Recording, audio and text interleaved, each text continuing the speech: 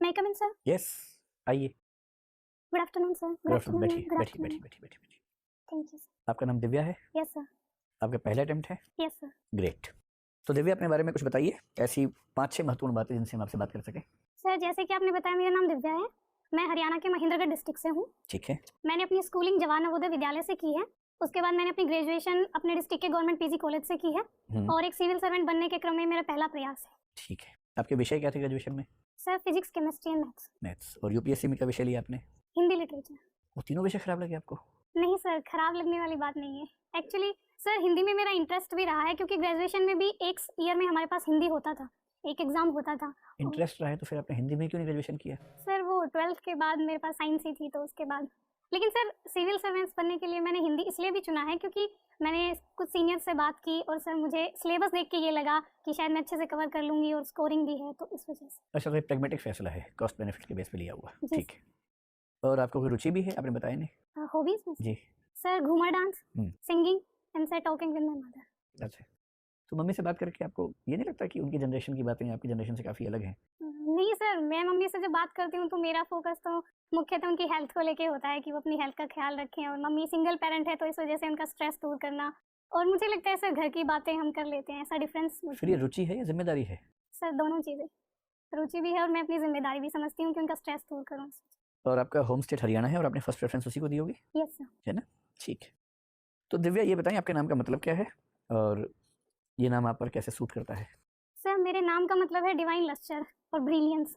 और सर मुझे ऐसा लगता है कि मैंने अपनी स्कूलिंग में और उसके बाद अपने कॉलेज में और अपने जो भी प्रयास है अपने लक्ष्यों को प्राप्त करने में, ब्रिलियंस को हासिल करने की कोशिश की है। आप जो हिंदी साहित्य पढ़ती हैं उसके पाठ्यक्रम में भी एक उपन्यास है, उसका नाम भी दिव्या ही है। Yes sir. और उस उपन्यास में वो जो दिव्या है और जो उसका मित्र मारिश है, वो बार बार कहते हैं कि स्त्री का धर्म निर्माण नहीं सृष्टि है। क्या मतलब है इस बात का, और क्या आप इस बात से सहमत हैं आज के ज़माने में? सर मारिस का इससे मतलब है कि नारी को प्रकृति ने जो सर कर्तव्य दिया है सृष्टि को आगे बढ़ाने में, उसको वहीं अपना के चलना चाहिए। और सर जो निर्वाण का मार्ग है वो नारी के लिए श्रेष्ठ नहीं है। ठीक है। और सर मुझे भी पर्सनली ऐसा ही लगता है कि सर, लेकिन जेंडर इक्वलिटी के साथ सर। जैसे हमारे देश में 2 महिला राजनेता इस समय ऐसी मैं सोच पा रहा हूँ जो बहुत योग्य हैं, उन्होंने बहुत महान काम किया पर विवाह नहीं किया, परिवार को आगे नहीं बढ़ाया। ममता जी हैं, मायावती जी हैं। क्या हम उनके योगदान को शून्य मान लें क्योंकि उन्होंने सृष्टि के रास्ते को आगे नहीं बढ़ाया? नहीं सर, ऐसा तो नहीं है। सर हर महिला की अपनी ये पर्सनल चॉइस है, और सर राजनीति के क्षेत्र में उन्होंने इतना अच्छा किया है, तो हम सिर्फ सृष्टि को आगे ले जाने के बेस पे कहीं किसी महिला का मूल्यांकन नहीं कर सकते। ठीक है। अब आप ये बताएं कि हरियाणा में आजकल बहुत सारे जो विवाद चल रहे हैं उनमें से एक विवाद तो चंडीगढ़ को लेकर है। जी सर। तो केंद्र सरकार का ये कहना है कि भाई जब सारी यूटीज़ में हमारे ऑफिसर्स हैं, जो एजी एमयूटी कैडर के ऑफिसर्स हैं वो हर जगह हैं, दिल्ली में हैं, मतलब गोवा में जो पहले की यूटी था वहाँ भी है, लक्षद्वीप में है, अंडमान निकोबार में है, अब जम्मू कश्मीर में भी हैं, लद्दाख में भी हैं। तो चंडीगढ़ को अलग से लाट साहब बनने का क्या मतलब है कि उसके उस यूटी में ऑफिसर्स हरियाणा पंजाब कैडर के होंगे? क्यों होंगे? तो केंद्रीय गृह मंत्री कह रहे हैं कि अब से हम चंडीगढ़ में भी एजी एमयूटी कैडर के ऑफिसर नियुक्त करेंगे।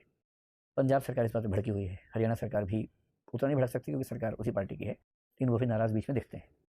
आपकी राय में क्या होना चाहिए, चंडीगढ़ का जो एडमिनिस्ट्रेशन है कैसे चलना चाहिए? सर चंडीगढ़ एक यूटी है, तो ये केंद्र सरकार का दायित्व और उसके जुरिस्डिक्शन में आता है कि अगर वो चाहे तो सर जो आगमुट के कैडर है वो चंडीगढ़ में नियुक्त कर सकती है। लेकिन जिस टाइम समझौता हुआ सर, उस टाइम ये डिसाइड हुआ था कि चंडीगढ़ और पंजाब के ऑफिसर्स ही वहाँ काम करेंगे। तो अभी अगर सेंट्रल गवर्नमेंट ये चाहती है कि वहाँ पे आगमुट कैडर के ऑफिसर्स जाएं, तो सर ऐसा फैसला लेने में कोई मुझे बुराई नहीं लगती। हाँ, लेकिन आपको नहीं लगता कि फेडरलिज्म का सम्मान करते हुए इसमें राज्यों से भी संवाद होना चाहिए, एक तरफा फैसला नहीं होना चाहिए? हाँ सर, एक तरफ फैसला नहीं होना चाहिए इसमें। सर हरियाणा और पंजाब के राज्यों की भी सहमति ली जा सकती है, क्योंकि एक बार इनसे सहमति लिए बिना 3 बिल पास किए थे, फिर क्या हुआ था फिर देखा ही है 2 साल में।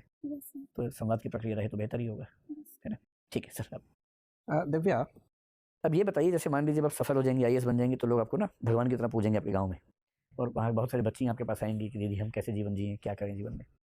तो मान लीजिए कि आप गाँव गई और वहाँ 3-4 लड़कियाँ आपसे मिलने आई जिनकी उम्र 17, 18, 19 साल है, और वो कह रही हैं कि दीदी बहुत सारे रिश्ते आ रहे हैं, शादी करने का दबाव है, इतना ही पूछा जा रहा है कि तुम किससे शादी करोगी 3-4 ऑप्शंस में से, तो कैसे चुने? और आपको ये बताना है उनको कि हस्बैंड चुनने का सही क्राइटेरिया क्या होना चाहिए। जो चीज़ें हैं ऑप्शन के तौर पे, एक है कि कोई व्यक्ति विनम्र है या नहीं, एक है वो समझदार है या नहीं, एक ज़िंदगी में सफल है या नहीं, चौथा वो स्वस्थ और सुंदर आकर्षक है या नहीं, और पाँचवा ये कि वो अपने ही धर्म और जाति का है या नहीं। इन 5 में आप किस ऑर्डर में प्रेफरेंस देंगे स्पाउस सिलेक्शन के प्रोसेस को? सर सबसे पहले तो वो 17-18 साल की हैं, तो मैं कोशिश करूंगी। अच्छा, 21 साल की हैं, छोड़ो ना, ठीक है, उस पर जाना ही नहीं है, आपको सिर्फ इस पर रहना है। 5 क्राइटेरिया हैं, आपको उनकी सीक्वेंसिंग बतानी है कि इनमें सबसे महत्वपूर्ण क्या है। मैं दोहरा देता हूँ, भूल गए होंगे इस बीच में, या याद है पांचों? सर विनम्र है या नहीं? नंबर 1 समझदार, विनम्र, नंबर 2 समझदार, स्वस्थ और आकर्षक, हाँ ये तीसरा एक ही है, मतलब स्वस्थ आकर्षक। हाँ, फोर्थ है जाति और धर्म जाति का। धर्म हमारा ही है। और 5वां कौन सा था? 5वां है कि सफल, जीवन में सफल है, मतलब पैसा और वो सब, शोहरत, समृद्धि, वो सब चीज़ें। सर पहला प्रेफरेंस होएगा समझदार वाला, ठीक है, दूसरा प्रेफरेंस होएगा विनम्र वाला, ठीक है, तीसरा सर स्वस्थता, ठीक है, और सर फोर्थ होएगा, ये लास्ट वाला था सर, सफल। सफल, जिंदगी में सफल है यानी। नहीं सर, यानी कोई समझदार हो, स्वस्थ हो, लेकिन बेरोजगार हो, चलेगा? नहीं सर, पेपर पे हायर की। ठीक है दिव्या, आपका इंटरव्यू पूरा। क्या सर? क्या हाल है आपका? हाल चाल ठीक है? कैसा लगा इंटरव्यू देकर? सर ठीक था, कहीं कहीं। कहीं कहीं ठीक था? नहीं सर, कहीं कहीं और पढ़ना है अभी। अच्छा, तो कितने मॉक इंटरव्यू आप दे चुके हैं अभी तक? सर 7th है ये, ठीक है। तो किसी संस्था का नाम मत बोलिएगा, वैसे बताइए कि बाकी जगह क्या रहा रिस्पॉन्स आपका, फीडबैक? सर अच्छा ही था। है ना, इसमें दुखी होने की क्या बात है, अच्छा था तो खुश होकर बोलिए अच्छा था। अच्छा है, कोई चिंता वाली बात नहीं है, बहुत बढ़िया है। पहली बार में मसूरी का टिकट कटा हुआ आपका, बस औपचारिकता बाकी है। ठीक है, देखो आपकी एंट्री बहुत अच्छी है, ड्रेस जनरली बहुत अच्छी है, लेकिन अभी मैडम ने बताया कि आपने जो सैंडल पहना है वो शायद ठीक नहीं है। ठीक है। तो ये शाइनिंग वाला मत रखिए, थोड़ा सिंपल रख लीजिए, वैसे भी बैठने के बाद दिखना भी नहीं है वो, लेकिन सिंपल रखिए, ठीक है। रेस्ट वॉच में आपको लग रहा है कुछ दिक्कत है? थोड़ा सा वो फ्लैशी लग रहा है। वहाँ पे मैम पहने नहीं देती। हाँ, अच्छा, बात ही ठीक खत्म है, हो गई, हाँ। बात ही खत्म हो गई, ठीक है। बैठने का तरीका भी एकदम ठीक है। इंट्रोडक्शन मैंने आपसे पूछा तो आपने अच्छा बताया, लेकिन इंट्रोडक्शन जब देना तो हॉबीज़ वगैरह खुद ही बोल दीजिए पहले, ओके सर। उनको इतनी बातें सुनने को मिल जाएं कि फिर ज़्यादा डेफ देखना ना पड़े, उसी में से बात समझ में आए, ठीक है। दिव्या को लेकर सवाल थे, वो भी ठीक थे, नॉवल वाला भी, फिर सुश्री मायावती, ममता बनर्जी वाला भी आपने अच्छा जवाब दिया, चंडीगढ़ भी ठीक था, फिर मैंने लिखना बंद कर दिया। फिर मैंने मेंबर से पूछा, सबसे सभी मेंबर्स की राय ये है कि जनरली आपकी तैयारी अच्छी है, तरीका अच्छा है बात करने का। जहाँ दिक्कत है, 3-4 दिक्कतें हैं छोटी छोटी।